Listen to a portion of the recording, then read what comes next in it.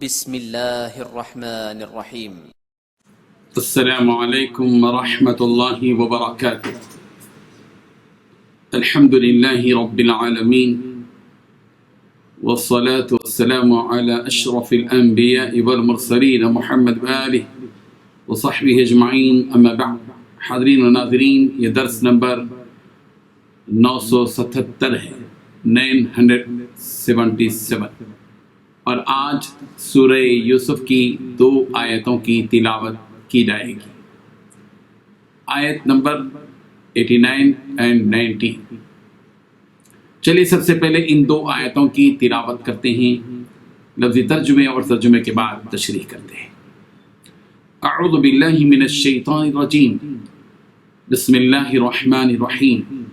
قال هل علمتم ما فعلتم بيوسف وأخيه إذ أنتم جاهلون قالوا أئنك لأنت يوسف قال أنا يوسف وهذا أخي قد بدل الله علينا إنه من يتقي ويصبر فإن الله لا يضيع أجر المحسنين صدق الله العظيم۔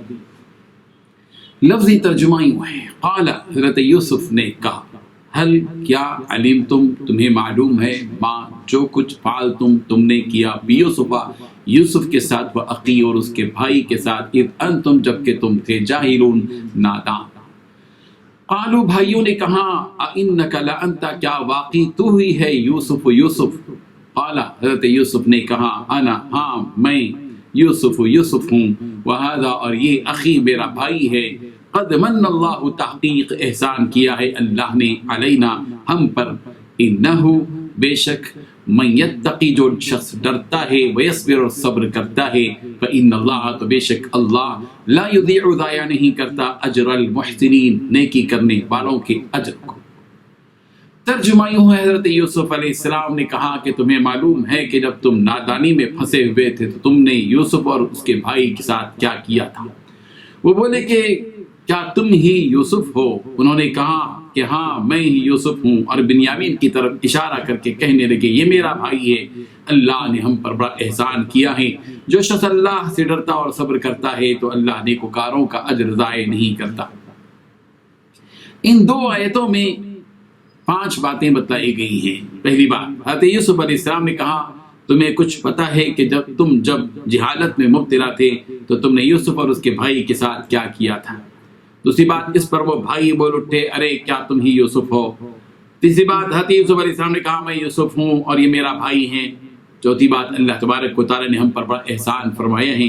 پانچویں بات، حقیقت یہ ہے کہ جو شخص تقوی اور صبر سے کام لیتا ہے تو اللہ تبارک و تعالی نیکی کرنے والوں کا اجر ضائع نہیں کرتا۔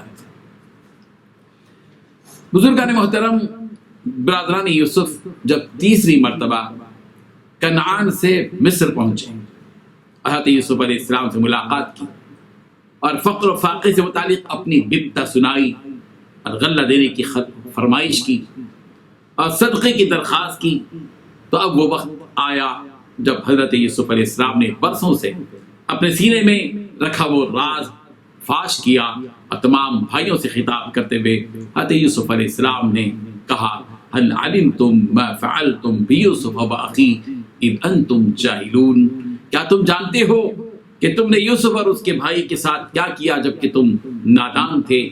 یہاں ایک سوال پیدا ہوتا ہے کہ مصر پہنچ کر بھائیوں نے اپنی مجبوری اور فاقہ کشی والی بات کہی،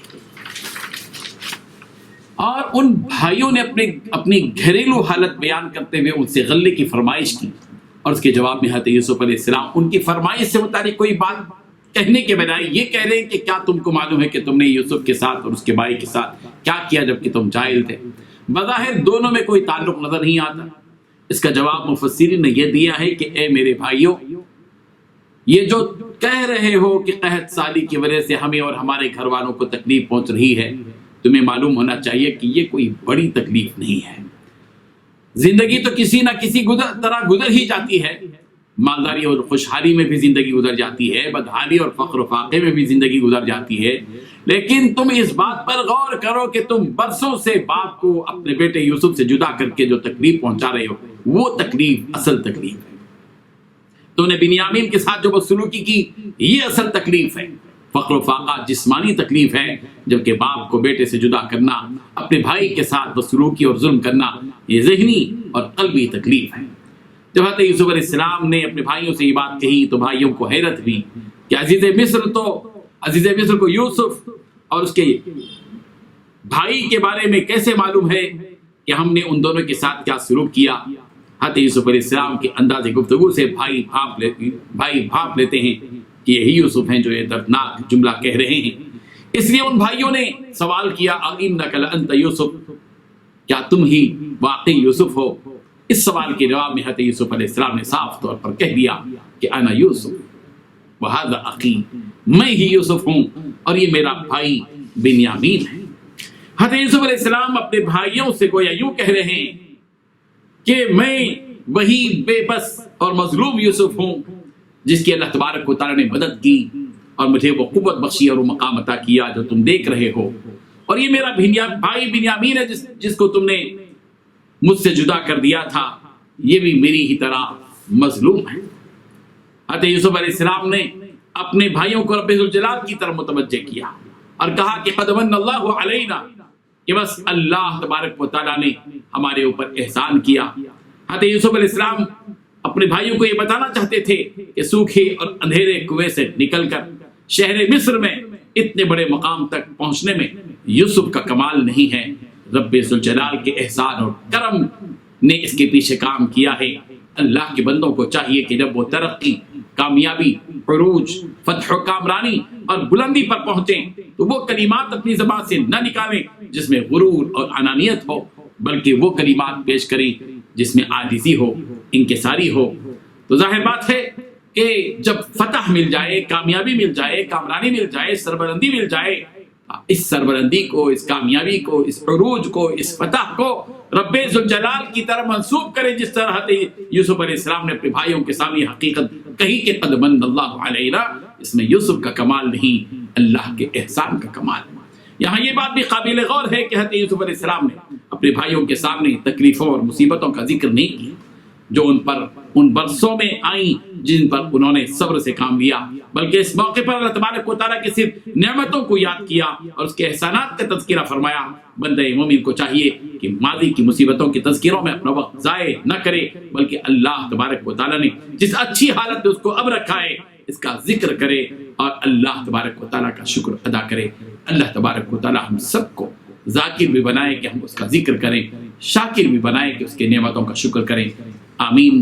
وآخر دعوانا ان الحمد للہ رب العالمین.